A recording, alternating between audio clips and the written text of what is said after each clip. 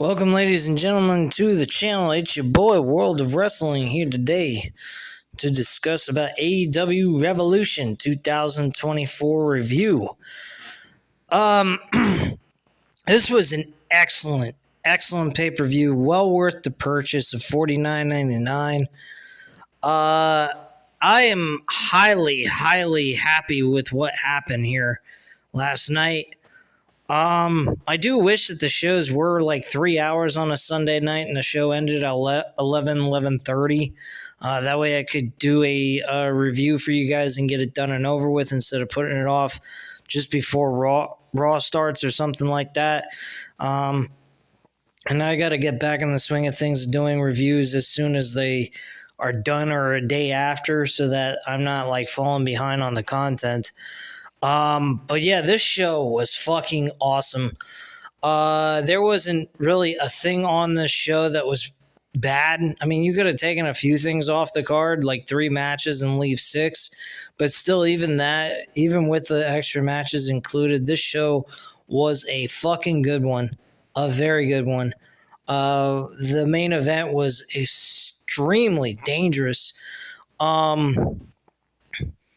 I mean, with Sting and Darby, I thought Darby Allin was fucking dead, falling through that glass table spot off the ladder, 25 feet in the fucking air. I couldn't believe that shit.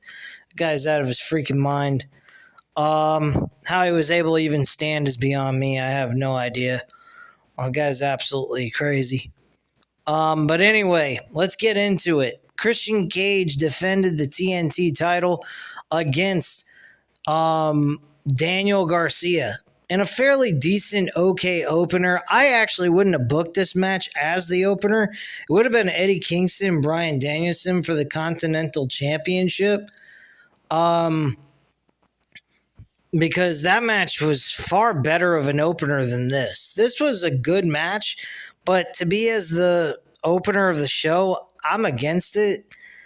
I mean, I'm giving it a 3 out of 5 stars overall, but I mean, it was just an average match, a match that you could have put on Dynamite and that would have been fine. Really, this match should have been second. Eddie Kingston, Bryan Danielson should have been first.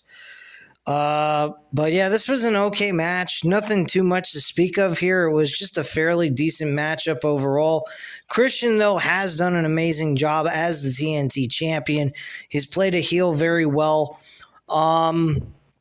So I'm not particularly thinking that he's done a bad job at all, but this match just didn't cut it for me.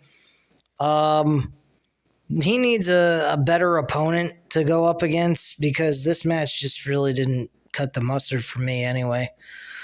Next up, we had Eddie Kingston going up against Bryan Danielson in an awesome second matchup. Really, like I said, should have been the opener for the Continental Championship. One of the best matches on the card. I mean, this was either your first, second, top 3 best match. It's a toss-up between Eddie Kingston, Bryan Danielson, the tag team title match with Sting and Darby Allin against the Young Bucks, and then Takeshita and fucking Will Ospreay. Those were the 3 best matches. Following that was Samoa Joe, Swerve Strickland, and Hangman Page for the world title. So, I mean, you had some really good matches. Those 4 were the top priority in the entire show. And this just it was a fucking killer of a match. 4 out of 5 stars, easy. Bryan Danielson ends up losing, but they do shake hands in the end of all of this, and this is the main priority Eddie Kingston wanted, was to get the respect of his peers, and Bryan Danielson was a very important person to get that respect from, and he was happy that he got that from him because he looked at him as a guy that didn't reach his full potential and wasn't really trying to get to where he thought he should be. This actually was interesting how that all took place. And I just loved this match. This match was fucking amazing. And when this match was announced, I was like, this match is probably going to be good. And it went beyond just good. It could have been a main event match, honestly. This was fucking great. 4 out of 5 stars for that match. We have the All-Star Scramble match with an 8-man schmoz fest. We had Wardlow, Chris Jericho, Powerhouse Hobbs, Lance Archer, Hook, Brian Cage, Magnus, and Dante Martin in a opportunity to receive a future world championship against Samoa Joe. Of course, Wardlow won the match. Not particularly what I wanted to see, all in all.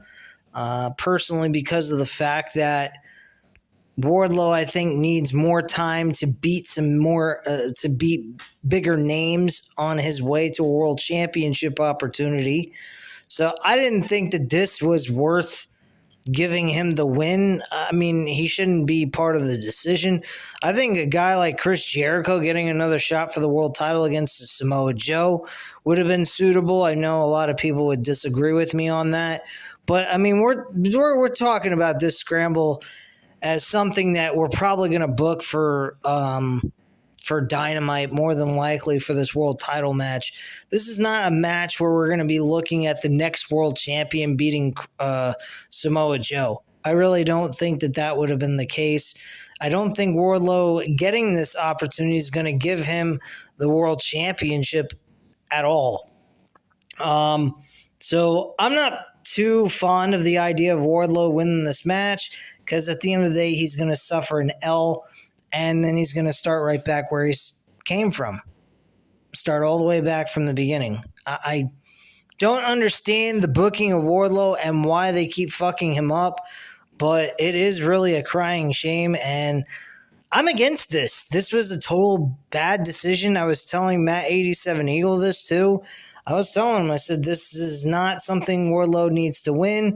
I think it could be like Chris Jericho, Powerhouse Hobbs, anybody but Wardlow should not be winning this match, because he should beat every one of these guys individually. All of these names here that we have, except for Magnus and maybe even Dante Martin. Dante Martin, he doesn't have to face to really say he earned a shot for the world title. But guys like Powerhouse Hobbs, which is a former opponent he was going against with the TNT title. Chris Jericho, a household name. Hook, who recently had a world title opportunity. And Brian Cage, who's another powerhouse that probably would have had a great old school muscle, muscle-bound freak meat fest between those two guys. I think that would have been a great match between those two, giving Brian Cage a legitimate match on Dynamite. Hell, you could even book it for Collision, give us more reason to watch fucking Collision to see the build of Wardlow. But we're not getting any of that. Wardlow just gets an automatic world title opportunity. I disagree with the decision. I think that it was a terrible move, and it's just going to revert Wardlow right back to square one again after he loses to Samoa Joe. Samoa Joe ain't losing that fucking title to Wardlow now, especially on a fucking Dynamite show. Get the hell out of here. I would not have Wardlow go after the title at AEW Dynasty, which is on April. I'm going to see about trying to purchase that pay-per-view if I have the finances to do so. Hopefully I will. There's actually 2 UFC pay-per-views I'm interested in watching. I'm going to see if I have the money for that. They're pretty expensive, more than the AEW pay-per-views, honestly. But I think it would be fun to watch some UFC events. I may try watching it at a bar or something like that, make it a little cheaper on myself to watch. But yeah, I mean, this match, again, nothing really important. This was more of a piss break, and piss break being a 15-minute and 45-second piss break. But yeah, this was a piss break nonetheless. Give it a 2.5 out of 5 stars. Don't give 2 flying fucks about this match. Roderick Strong and Orange Cassidy had a very, very decent mid-card matchup for the AEW International Championship. Roderick Strong wins the AEW International Champion from Orange Cassidy. Thankfully, I'm glad they finally made that decision. Obviously, that was the right decision to begin with. And Orange Cassidy loses in a hard-fought match. 3.5 out of 5 stars. Very solid matchup. And good work by both men. After the match was over, we had Kyle O'Reilly show up out of nowhere. We think he was going to join the Undisputed Kingdom. He did not. He gave him the shirt back, but he gave them respect at the same time. Apparently he's on his own, and that is that. So there's nothing going on with Kyle O'Reilly at this point. Thankfully, he is doing better, I hope, health-wise. From what I heard, he is dealing with diabetes issues, which is shocking for him, having diabetic issues. I mean, unless it's a family hereditary thing that he's got going on. Sometimes it can be hereditary. Other times it's just based on what you've eaten over the course of your life. If you eat too much sugar, you can become diabetic. But yeah, Kyle O'Reilly rejected the offer to join the Undisputed Kingdom, but was being respectful at the same time. So very shocking to see him back. He looks a lot like Chris Sabin from back in the day in TNA when he was going after the X Division title, when he had long hair and everything. So that's the way Kyle O'Reilly looks at this point with his hairstyle and everything else. For a moment, I thought he was a larger version of Chris Sabin. As crazy as that might sound. Anyway, moving on, we had the Blackpool Combat Club. Jon Moxley and Claudio Castagnoli going up against FTR, Dax Hardwood, and Cash Wheeler. This was a very, very good tag team matchup. The only problem is there wasn't enough story behind this to really get you invested. And these guys have faced each other a few times. But I can't deny the action in this match. This was a very well put together matchup. And I was very happy to see these two teams go at it. Dax Hardwood actually had a bad gash on his forehead. It looked like he had two cuts. One closer to his hairline and the other it was a little bit more closer to the center of his forehead, from what I saw. And he was bleeding quite profusely. And I just think this match was well put together. Jon Moxley ends up winning the match by submission. And that was that. This match, in my personal opinion, is a 4 out of 5 stars. Very easy to say that this was one of the top 5 best matches on the card under the Triple Threat World Title match. Following that was Timeless Toni Storm went up against Deonna Purrazzo for her Women's Championship. This match was okay. Wasn't the best in the world, but it wasn't bad either.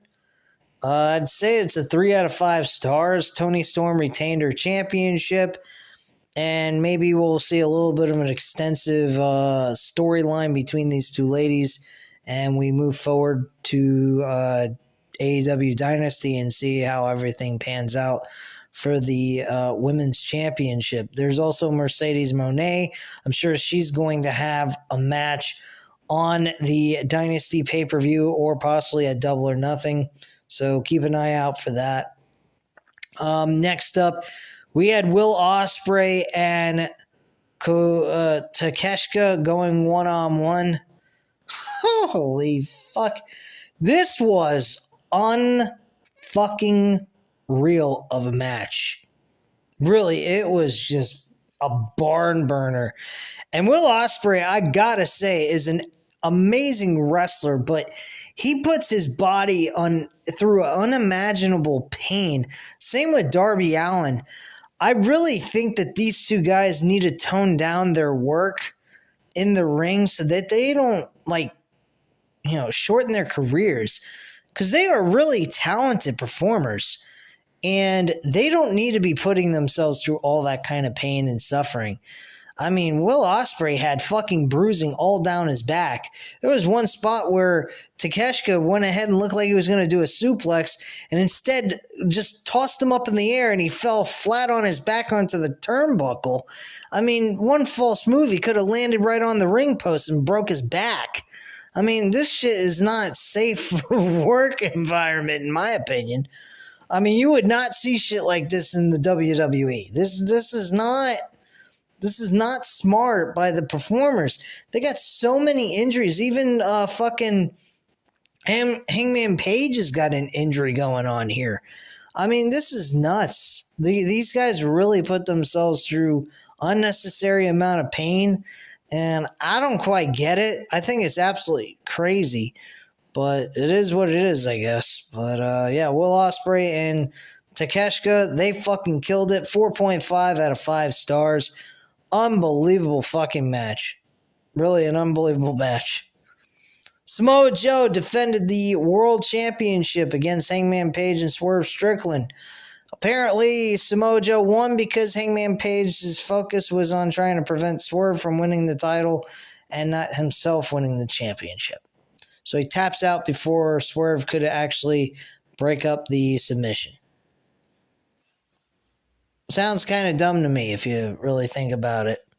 Hopefully we get Swerve Strickland one-on-one with Samoa Joe. I think Samoa Joe should lose to Swerve Strickland at Double or Nothing, and that's when Swerve Strickland should become world champion.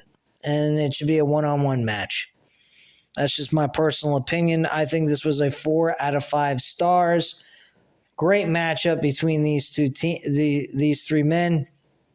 And solid matchup. I enjoyed this for what it was, and it was a fucking awesome one. Next, we had Sting and Darby Allin defend the AEW. Oh, before I get into that, we also had Pac, the bastard Pac, finally show his face on AEW television. But I'll be honest with you guys. When are we going to see Pac actually develop a consistency on these shows and be a part of this roster where he is actually being utilized correctly?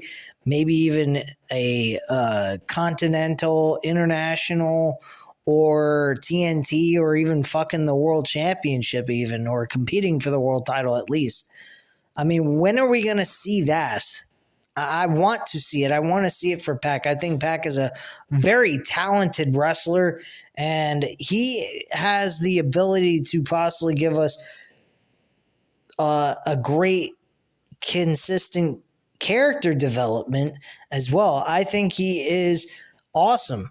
And I think he's a guy that is not hasn't been utilized correctly at all. Most of them haven't anyway. That's the problem with Tony Khan. He's just not utilizing his characters correctly and giving them consistency on these shows. And that's the problem. But yeah, Sting and Darby Allin defended the tag team titles against the Young Bucks. And this match was fucking nuts. Hardcore rules. These guys just teared each other apart. All four of them. Darby Allin fucking killed himself practically. Put himself through a fucking plate glass through a table. Ended up bleeding simultaneously all over the place. Every part of his body was cut up where he landed on the glass. Sting even landed on the glass. I went, oh, you gotta be kidding. You're gonna put your body through that? Come on, man. It's your last match. You're gonna go ahead and kill yourself just to say, hey, I did it? I had my last match. I mean, thankfully he was wearing a shirt and everything. It probably didn't hurt him as much. But, my God, that guy is fucking crazy. Sting, man, I gotta tell you, man, Sting went out in a bang. His last match is memorable. This last match is definitely well worth him going through this one more time. He gave us a memory that we're never going to forget. As long as you watch the fucking show, that is. But yeah, Sting had an amazing match. He went out like a champion. He won like a champion. They did something that most wrestling cliches' mentality is, that if you're retiring, you lose your last match. Well, Sting did not lose his last match, and I'm very happy about that, because I'd hate to think that Darby Allin and Sting became transitional champions just so they can drop the titles to the Young Bucks. I think it would have been absolutely asinine, and I thought it would have been even very predictable too. Thankfully, they did not do that, and Sting went away in a blaze of glory, and he was awesome. He was very thankful for the crowd for their participation in the match, making it very, very memorable for himself as well. And I'm very happy for Sting. They gave him an amazing video package tribute of his career and everything, him in WCW a little bit without showing the logos and all that. Him in New Japan Pro Wrestling. They claim they showed some TNA from what I heard from JD's review. JD from New York 206. If you don't follow him, go ahead. He highly recommended from this channel. I follow his channel a lot, and I think his commentary about wrestling is very good. But he really put everything on the line last night and just gave us his everything left that he had left in him. He did. And I got to give a lot of credit to Sting. He put on a hell of a performance. He has had an awesome career. WCW, I've watched him on Peacock through WCW's brand of Nitro and Thunder, and I'll be honest with you, WCW did a terrible job to Sting. He was great, but he was also disserviced, and he just got royally screwed. But he was basically the Undertaker of WCW in my book. When he went to TNA, that is the place where I think he really got a lot of importance on that brand. TNA really made him the centerpiece, along with Jeff Jarrett, Kurt Angle, AJ Styles. I mean, those guys were the top guys of the TNA brand back in those days. And I think that is where he really did a lot of great stuff there and got a lot of credibility, was looked upon as the face of the company at certain points. And I think that was an amazing part of what TNA did. He spent a lot of time in TNA and did a lot of successful things there. The Joker Sting was awesome. I fucking loved that gimmick that Sting did back in the day in 2010, 2011. I think that was really good stuff that he did. And he just... I'm going to miss him. I hope that maybe Tony Khan can work out a deal where he can make some sort of appearance, maybe be a manager. But wrestling, no. I'm totally against with Sting being a wrestler. I think that it's time for him to be done with it. He doesn't need to put his body through all this pain and suffering anymore. He's done enough for this business. And about the only thing I would be okay with is Sting being a commentator, possibly you could possibly make him a general manager without the face paint and all that bullshit. You could make him, whatever. I think he could fit somewhere in this business without having to wrestle. Maybe make him in creative, put him in creative possibly. I would not let him go per se, because he is a huge asset to this business, and I think Sting probably could give a lot of great ideas to the promotion to help their shows on a week-to-week basis probably flourish and become better. So that's just my viewpoint on that. This match right here was a 4.5 out of 5 stars. Awesome matchup. Great work by these 4 guys. And, man, they put themselves through unimaginable pain. And I got to give them, all 4 of them, great credit. They did an amazing job. And I was stoked to just watch this event after it was all said and done. And I'm happy they delivered on such a pay-per-view like this. This was well worth $49.99.